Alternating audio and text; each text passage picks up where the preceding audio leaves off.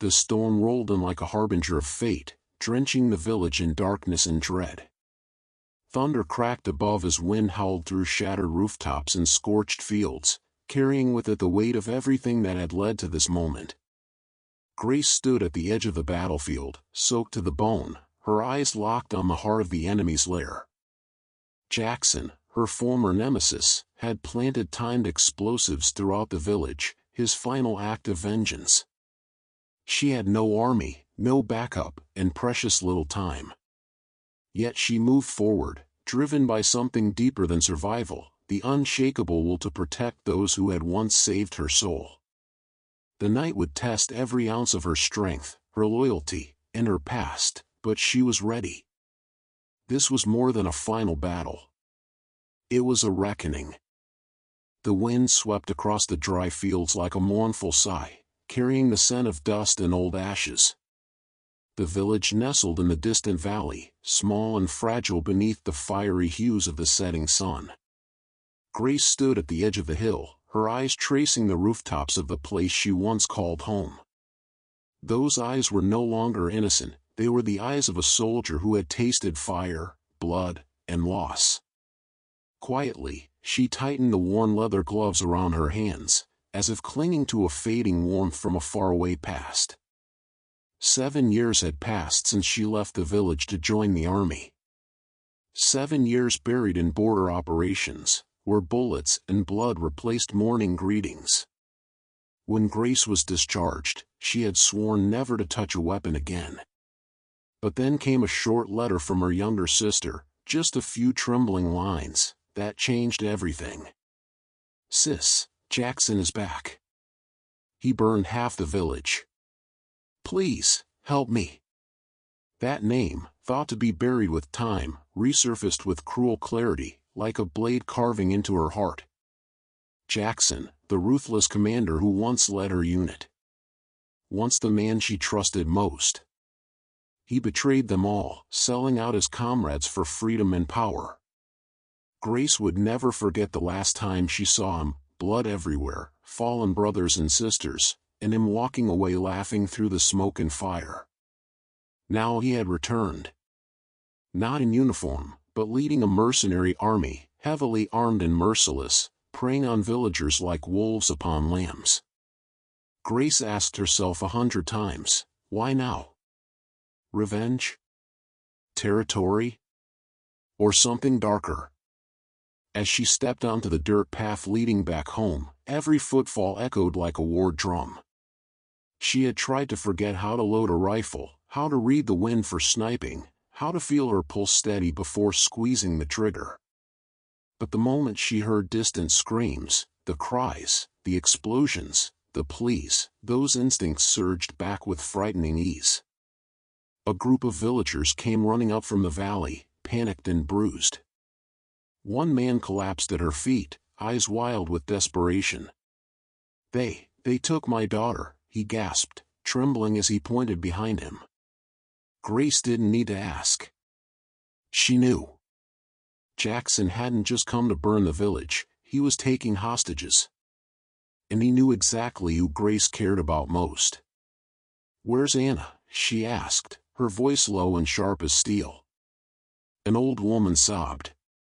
"She was taken, with the other children. They locked them in the old warehouse and set it on fire to lure people out." Grace gripped the hilt of the dagger at her waist. Jackson's game had begun.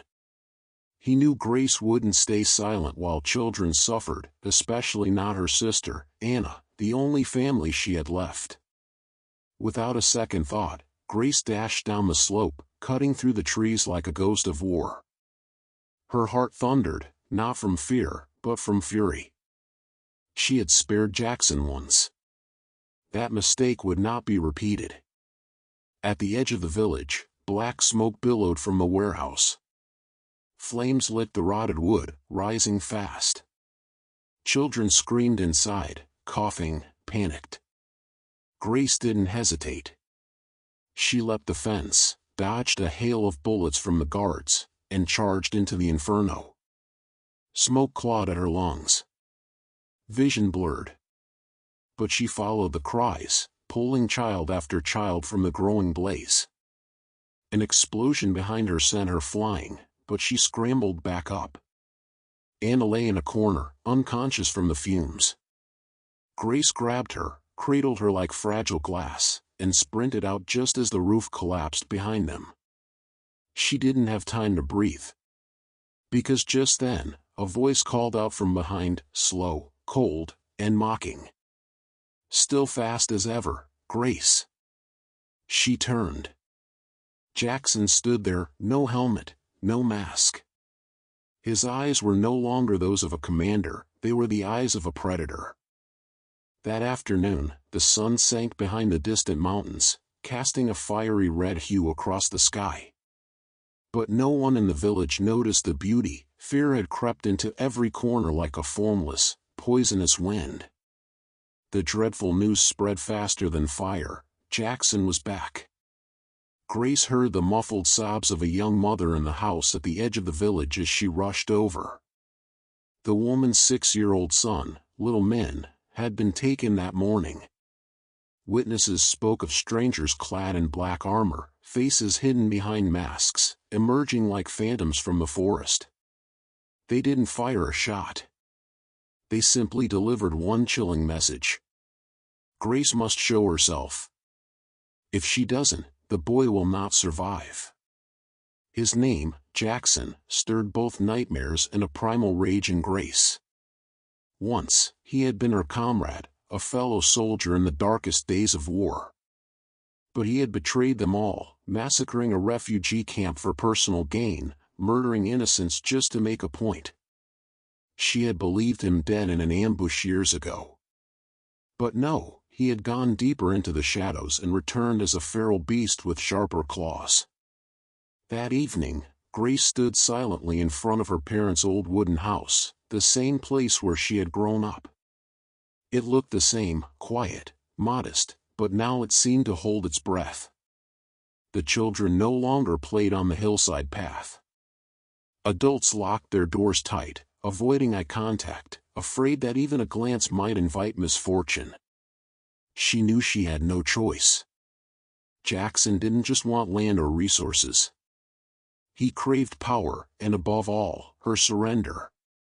To him, she was the last challenge, the ghost of his past he couldn't bury. Now, he was using a child as bait to drag her into the light. Grace couldn't turn away. She sought out Mr. Bang, the village elder, and a friend of her late father. Inside a small room lit only by a flickering oil lamp, he looked at her with a mixture of hope and weariness. "You owe us nothing, Grace," he said quietly. "But that child, he has his whole life ahead of him. And if anyone can stand against Jackson, it's you." Grace clenched her fists. She was no hero. She had taken lives. She had watched her comrades die without being able to save them. But those memories made her incapable of walking away. "I'll go," she replied. "But I'll need weapons." And a detailed map of the western forest. That night, Grace descended into the underground bunker where Mr. Bang had stored old weapons from the war. She donned her aged body armor. It didn't fit like it used to, but the moment she put it on, the warrior within her awoke. She checked every weapon with expert precision, her instincts unshaken. And then something strange happened. In an old drawer, she found a worn leather-bound journal, covered in dust, corners frayed, but unmistakably written in Jackson's handwriting. Why he left it there was a mystery, perhaps arrogance, perhaps deliberate. Inside were frantic scrawls charting his descent from loyal soldier to remorseless killer. "They never understood me. But Grace, she knows. She knows the cost of war. That's why she's the most dangerous. I won't let her vanish into the shadows like the rest. She'll face me. Where I choose. Before everyone." Grace read the final line with a chill in her spine. He wasn't just back for power, he was obsessed with her. At dawn the next day, Grace set out alone into the western forest, where rumors said Jackson's mercenaries had set up camp. She knew she couldn't win by brute force. He had the numbers, the weapons, the upper hand. She only had her understanding of him, and a deep, icy hatred kept tightly in check. As she traveled, she marked the trees with subtle white symbols, signs the villagers could later use as a trail or warning. She refused to repeat the sins of her past, fighting a war that left civilians to perish in its wake. Halfway through the woods, a faint sound made her freeze. A shadow darted past the tree line. She crouched low, raised her weapon. Silence. Then, a rustle behind her. Grace spun and fired a warning shot into the air. "I know you're following me," she said coldly. "Come out, Lieutenant Tongue." From behind a thick tree, a man emerged, lean, unshaven, but with eyes as sharp as ever. Tongue, a former sniper, once fought alongside Grace. Now, he lived alone in the woods after abandoning the battlefield. "I heard the news," he said. "Knew you'd come back. I'm not letting you face this alone. I don't need a savior." "No. But you might need someone to take a bullet." She smirked, then nodded. For a moment, her heart warmed. Not with hope, but with the comfort of knowing the darkness doesn't always come alone. By the end of the day, Grace and Tongue reached a high ridge that overlooked Jackson's encampment. What they saw made their blood run cold. Min was being held inside a tent rigged with explosives. A single wire extended outside, connected to a handheld detonator. Jackson wasn't simply playing with lives. He had created a living trap, not just to demand land, but to force Grace to make an impossible choice. Save the boy, or walk into the snare, risking the entire village. The stakes had shifted. This was no longer just a confrontation. It was a reckoning, a twisted performance where Grace was the centerpiece, and the price of failure wasn't hers alone to bear. The sun had not yet risen when Grace stepped out of her modest cottage, rifle slung across her back, boots silent against the damp earth. A strange quiet clung to the village, not the peace of dawn, but a silence too still, too hollow. The kind of silence that came after something had broken. The night before, they had planned a defensive maneuver. Her unit, ragtag as it was, mostly made up of old veterans and brave villagers, had moved to ambush Jackson's advancing patrols based on intelligence that promised a low-risk operation. But instead of finding a vulnerable enemy column, they had been the ones ambushed. Blood had been spilled. Not Jackson's. The charred remnants of barricades still smoldered in the eastern clearing. A scorched smell clung to the air. Grace passed by the remains of the outpost, the wood blackened and split, blood staining the grass. The bodies had been recovered already, but the earth still bore their shape like scars. "How did they know?" whispered Marin, her voice cracking as she limped toward Grace. A slash on her thigh bled slowly through the makeshift bandage. Her eyes were wide and sleepless. "We were careful. We were silent. But they were already there, waiting." Grace said nothing at first. Her gaze swept the field, eyes hard, jaw clenched. Then, quietly, someone told them. A chill swept over Marin's face. "You mean?" "Yes," Grace said. "We have a traitor." The words fell heavy between them. That morning, the village convened in the council hall, a crude but sturdy structure of timber and stone. Inside, tension crackled like dry leaves in flame. The room was packed, faces pale, eyes darting. Even children were silent, clinging to parents' legs. "I trusted all of you," Grace began, standing at the front, hands firm on the long oak table. "But someone here is feeding Jackson our plans." That's how they knew about the ambush. That's how they got past our defenses. Gasps. Murmurs. Someone sobbed. I don't make accusations without proof, she continued. But this betrayal cost us lives, Lars, Michael, June. They didn't die in battle. They were executed. The name June hit hard, barely 17, all fire and pride, the youngest of the village scouts. The room fell into a dead hush. We have a traitor in this room, Grace said, her voice lowering. And I swear, I will find them. The investigation began immediately. Grace moved methodically, combing through every report, every movement log, every whisper she could gather. She interviewed the surviving members of the ambush team, compared timelines, questioned sentries. She didn't eat. Barely slept. This betrayal wasn't just strategic, it was personal. The worst part was that it had to be someone close.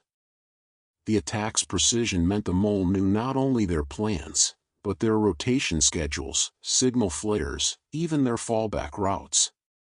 Someone had been in those war councils. Someone had sat beside her.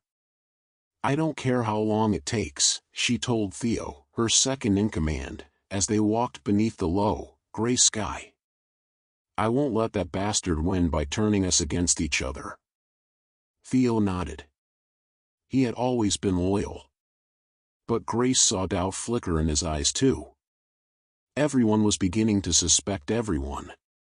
Later that day, Grace made her way to the village edge, to the watchtower where old Emmett sat, rifle across his knees, peering through a battered pair of binoculars. They're quieter, Emmett said without turning. Jackson's men. I see less movement. They're hiding something. Or waiting, Grace replied. They don't need to fight anymore. They're already inside. She leaned against the wooden rail, looking out over the forest that stretched like a sea of green shadows. Somewhere out there, Jackson was watching. Waiting. Smiling, probably. You remember him? She asked. Emmett grunted.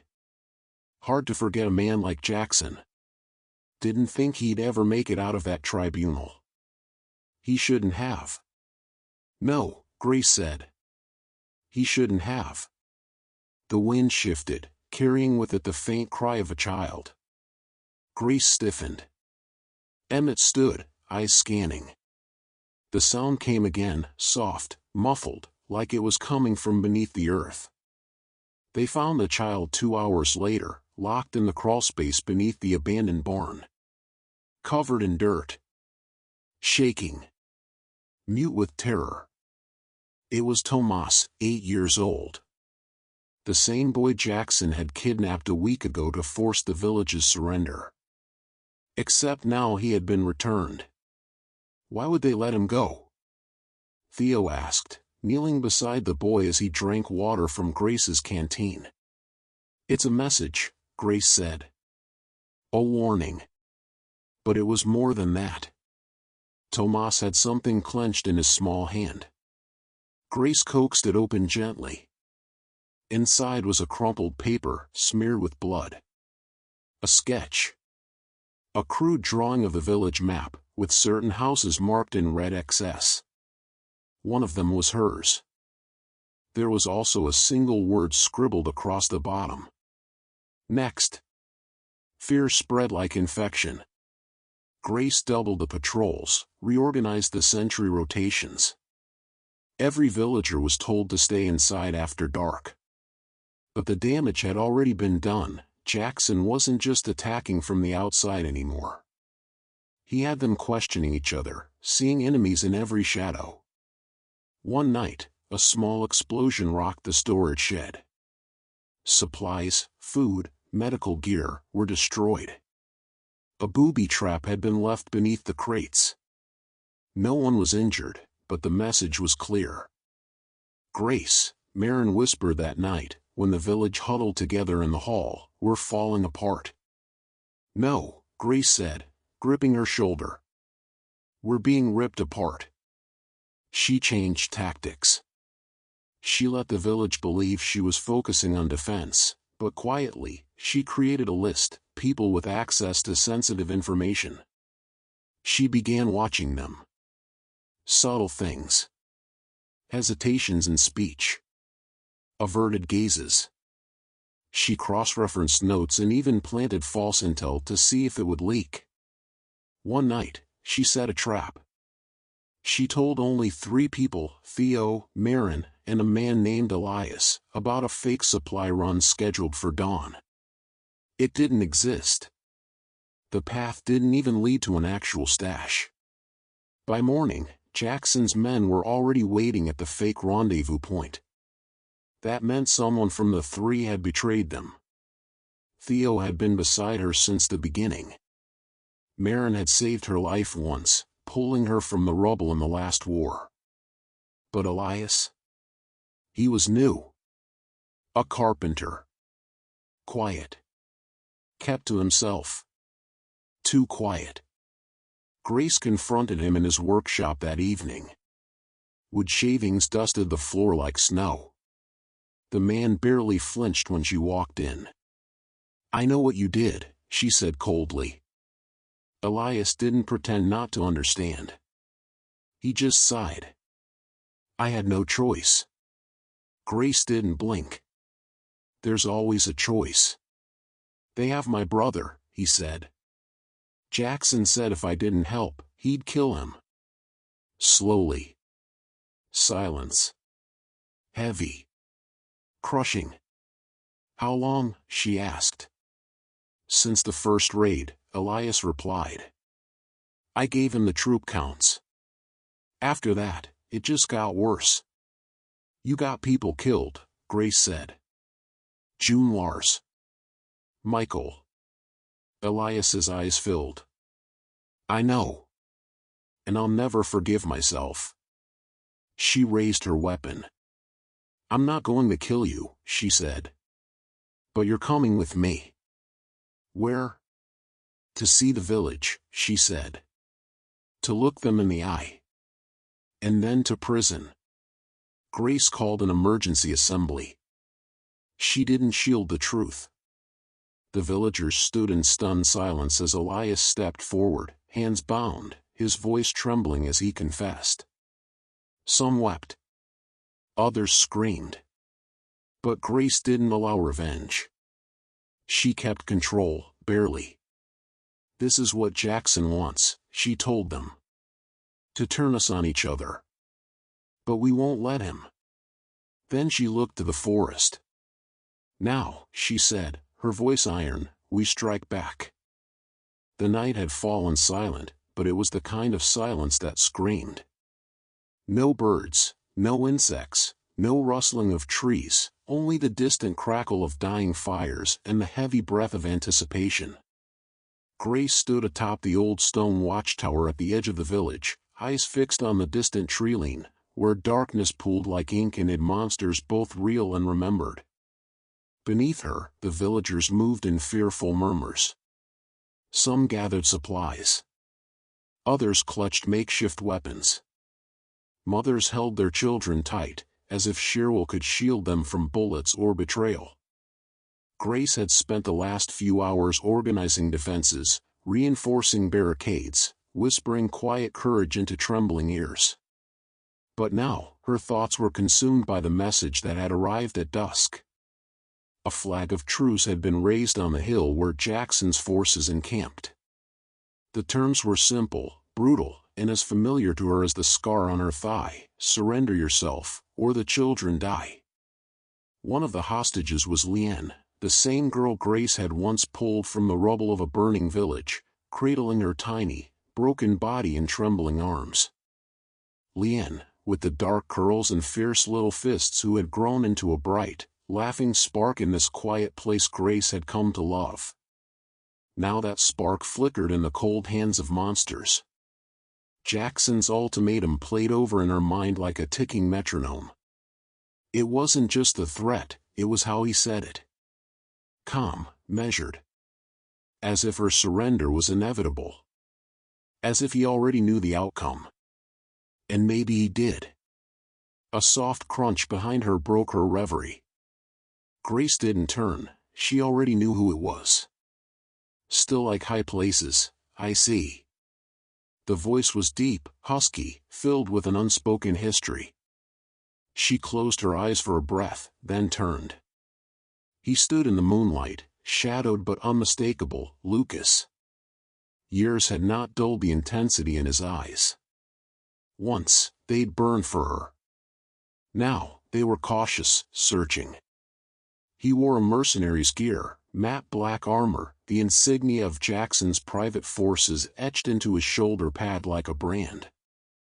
Grace stared at him, her voice low. So it's true. You're with him. He stepped closer, removing his helmet.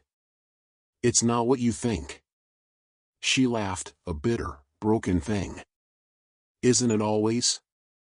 Lucas looked at her, pain flickering across his features. Grace, I didn't come to fight you. You came to talk me into giving up. A pause. Yes. She stepped forward, eyes hard. So what is it, Lucas?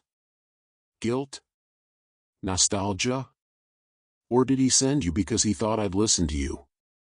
No, he hesitated. He didn't even want me to come. But I had to. Because I know what you're about to do, and I can't watch you die for people who'll forget your name in a year. That girl is alive because I didn't forget. You think surrendering will save her? He shot back. You give yourself up and he'll kill you anyway.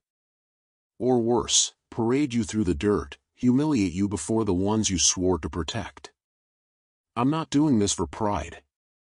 No, you're doing it for guilt. That hit deeper than a bullet. Grace stiffened. Lucas stepped forward, voice lowering. I know you. I remember the way you carried their names, every soldier, every civilian. You still blame yourself for that final mission, don't you? She turned away. You are a hero, Grace. You are, but heroes don't always survive. No, she whispered. But they don't abandon people either. Silence stretched between them like a wire. Lucas spoke again, softer. What if I could get her out? Leanne. The others too. Let me buy time.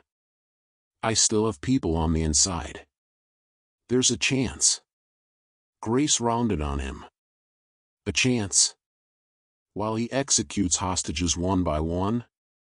We can't win this fight. Not like this. Jackson's got drones, thermal optics, artillery. You've got farmers and pitchforks. Her voice shook with rage. You think I don't know that? Every step I've taken since this started has been on the edge of a knife, Lucas. He looked at her, his own anger finally surfacing. Then stop. Let go of this goddamned martyr complex. You don't owe this village your life. But Grace's voice was steel. Maybe I owe it my soul. For a long moment, they said nothing. The wind curled around them like a ghost. Lucas finally whispered, I loved you. Grace closed her eyes. I know. His breath caught, but he nodded. Then let me protect you, just once. Grace stepped away from him, her face turned to the horizon. You want to protect me? Get them out. The children first. Then the families. I'll buy you the time. Lucas looked as though he might argue, but the woman before him was already gone, her gaze locked on the fight to come. The following morning arrived wrapped in a dense fog. A perfect shroud for fear and deceit. Jackson's envoy arrived at the southern perimeter, as scheduled. A man with a cruel smile and a flag of truce. 1 hour, he said. Then we start sending pieces. Behind him, Grace could see movement, cages, perhaps. Covered in tarp. She couldn't look long without her stomach twisting. She turned back into the village, where preparations moved with grim resolve. But something was different now. Lucas had vanished. He left no note. No message. Just his helmet, sitting on the steps of the chapel where Grace had first seen him that night. And so she knew, he'd gone. Perhaps to try. Perhaps to die. But that didn't change the math. When the hour came, Grace walked alone to the clearing beyond the village gate, the place Jackson had designated. She wore her old uniform, faded, patched, but clean. Her knife at her thigh. A pistol tucked beneath her belt, though she doubted she'd have cause to use it. Jackson was waiting for her, lounging on a crate like a man at a picnic. "Well," he drawled. "If it isn't the ghost of the Republic." Grace stopped 10 feet away. "I'm here. Let the hostages go." Jackson chuckled. "One thing at a time. Let's talk first. Reminisce. After all, we were colleagues once, weren't we? You tortured civilians. Burned towns to the ground. I enforced peace. You murdered children. I made examples." His grin widened. "Still so moral.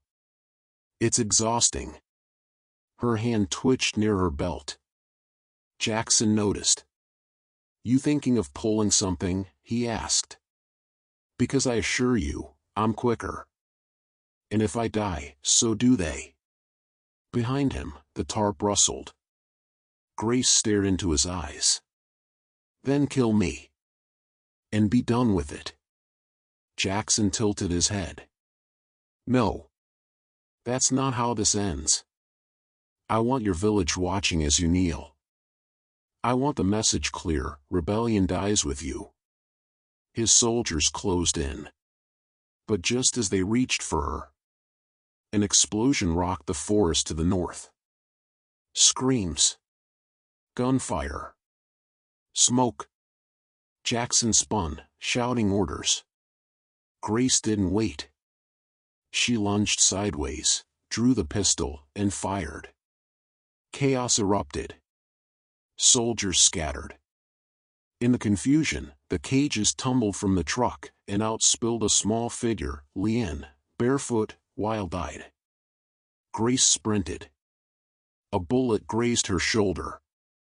Another tore past her ear. But then Lucas emerged from the tree line, dragging 2 stunned guards behind him. His face was bloodied, his arm limp, but his eyes found hers. He shouted, "Go!" Grace grabbed Leanne and ran. Gunfire whistled past her, but the village gate was in sight. Behind her, Jackson screamed her name, his voice raw with fury. But Grace didn't stop. That night, as they buried the dead and tended the wounded, Grace sat with Leanne by the fire. Lucas had been hit, twice, but he would live. The village had lost more. Too many. But they had survived. And Grace? She had not surrendered. Not to Jackson. Not to guilt. Not to the ghosts. The war was not over. But the choice had been made. And she would keep choosing, every day, to stand. Rain poured from the blackened sky like tears from the gods themselves, drenching the scorched earth of the village that had once been Grace's peaceful home. Thunder cracked overhead as if echoing the turmoil inside her heart. The war wasn't over, not yet. Not until she ended it herself. Through her earpiece, she heard the grim news from Mara, the last of her loyal scouts. "Grace," Mara's voice trembled, half drowned by static. "It's worse than we thought. Jackson, he's wired the entire village. There are explosives buried beneath the school, the wells, even the granary." Grace's fists clenched. Her breath caught in her throat as her mind raced. Every innocent life in this village, every child, every elder, was now a pawn in Jackson's final game. This wasn't just about land or vengeance anymore. It was about annihilation. She stood alone on the ridge overlooking the heart of the village, her silhouette a dark figure against the lightning-laced clouds. The wind screamed around her, carrying the faint cries of villagers huddled in fear. Somewhere in the labyrinth of Jackson's command base, the timer ticked down toward death. And Grace had no more time. She moved like a ghost in the storm, her dark combat uniform soaked and clinging to her like a second skin. Every footstep was calculated, every breath measured. She crossed into enemy territory through a ravine where the river had overflown, sneaking beneath the ruins of an old bridge. Mud sloshed around her knees, but she pushed forward. Inside Jackson's base, a heavily fortified bunker carved into the cliffs, dozens of mercenaries patrolled with high-tech gear. But Grace had something they didn't: knowledge of the terrain, years of survival instinct, and the fury of a woman with nothing left to lose. She slipped past the outer patrol, disabling 2 sentries with silent strikes. A flick of her blade. A whisper of movement. No sound but the rain. In a side chamber beneath the old village archives, now converted into Jackson's war room, Grace found what she was looking for: the core detonator. A web of wires, control panels, and blinking lights. One wrong move and it was over. Her fingers trembled slightly as she pulled out her makeshift signal disruptor, built from scavenged components. She had only minutes to bypass the activation loop and disarm the primary sequence. Her heartbeat thundered in her ears. But just as she began to work, a familiar voice pierced the silence behind her. "Don't move." Grace froze. Her pulse stalled. "Step away from the console," the voice said again, rough, strained, and heartbreakingly familiar. She turned slowly. It was Darren. The same Darren who once fought by her side. The same man who once whispered dreams of peace into her ear during long nights under enemy fire. And now, he stood before her in Jackson's uniform, rifle trained on her heart, eyes filled with sorrow. "Darren," she whispered, her voice hollow. "You're really with him." "I never wanted this," he said, jaw clenched. "But Jackson, he's got people. Kids. Hostages. I didn't have a choice." "There's always a choice," she said quietly, stepping toward him. "Stop," he warned, the barrel of his gun shaking. "Please. Just walk away. Jackson's willing to spare them if you surrender. He said you walk in, you hand over the detonator, and no one else has to die." Grace's lip curled in bitter disbelief. He lied before. He'll lie again. Darren's eyes flashed with guilt. "Grace, don't make me do this. I already lost you once, I can't lose you again." The storm outside raged louder, wind howling through the cracks in the bunker walls. Grace took one more step. "Then help me stop him," she said. "Or you'll lose everything." In that breathless moment, time fractured. Darren's hand trembled on the trigger, but didn't pull it. Instead, he looked away, just long enough for Grace to leap forward. They grappled. A struggle of desperation, love, betrayal, and rage. They crashed into the console. Sparks flew. Wires tore loose. In the chaos, Grace overpowered him, slamming his arm against the panel until the rifle dropped with a clang. She held him down, panting. "Tell me where the secondary trigger is." He didn't speak. Grace's voice broke. "There are children out there, Darren." Darren stared at her, then finally, slowly, nodded. With minutes to spare, Grace found the secondary trigger hidden behind a false panel in Jackson's private quarters.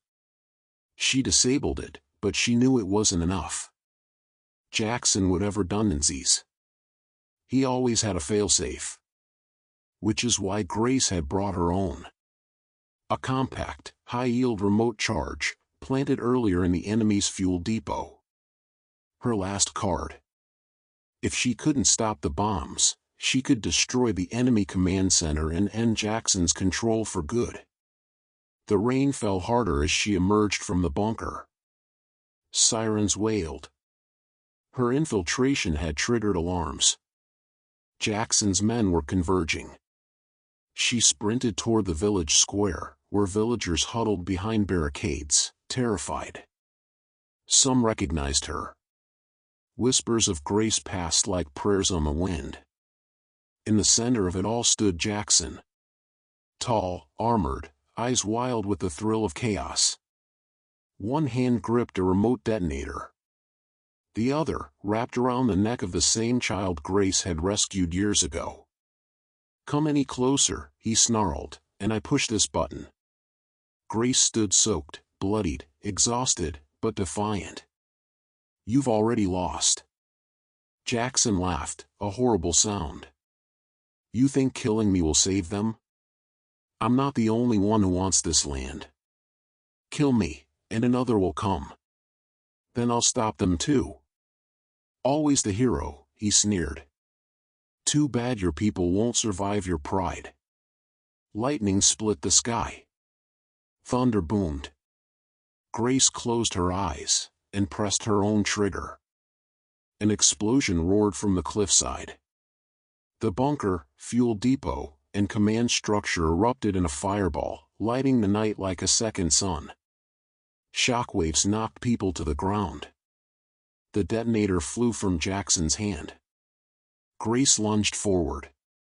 She tackled him, freed the child, and slammed her fist into Jackson's face with every ounce of fury she carried from the war, from her guilt, from the years she'd buried the soldier inside.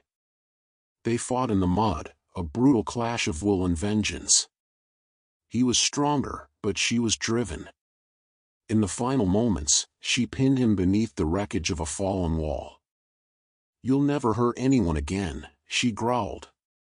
And then, his hand slipped toward a hidden knife. He swung. She didn't flinch. A shot rang out. Jackson stiffened, then collapsed, dead. Behind him stood the village elder's son. The same man Grace had once suspected as the traitor. Now, he had saved her. Blood soaked Grace's side. Her vision blurred. But the bombs were silent. The village was safe. They pulled her from the battlefield hours later. Half conscious. Barely alive. But alive nonetheless. Rain gave way to dawn. Smoke drifted over the village, but no more fire. No more fear. The people gathered. They wept. They sang. Grace was carried through the streets by the very people she'd sworn to protect, their voices rising not in mourning, but in hope. For the first time in years, the war was over. And in the heart of the storm, Grace had found something worth more than vengeance. She had found redemption. Dawn broke over a village still standing, scarred but saved. Smoke curled into the sky from distant craters, and broken homes leaned into each other like wounded survivors. Amidst the rubble, life stirred. Children wept into their mothers' arms. Elders knelt to pray. And from the chaos emerged Grace, bloodied, bruised, but breathing. She had deactivated the bombs. She had struck at the heart of evil. And when her strength gave out, it was not death that claimed her, but a hand that pulled her from the flames. A villager she once suspected, now proven faithful. The irony was sharp, but so was the hope. Grace had not just saved her people, she had reignited something they had lost: trust, courage, and the will to begin again.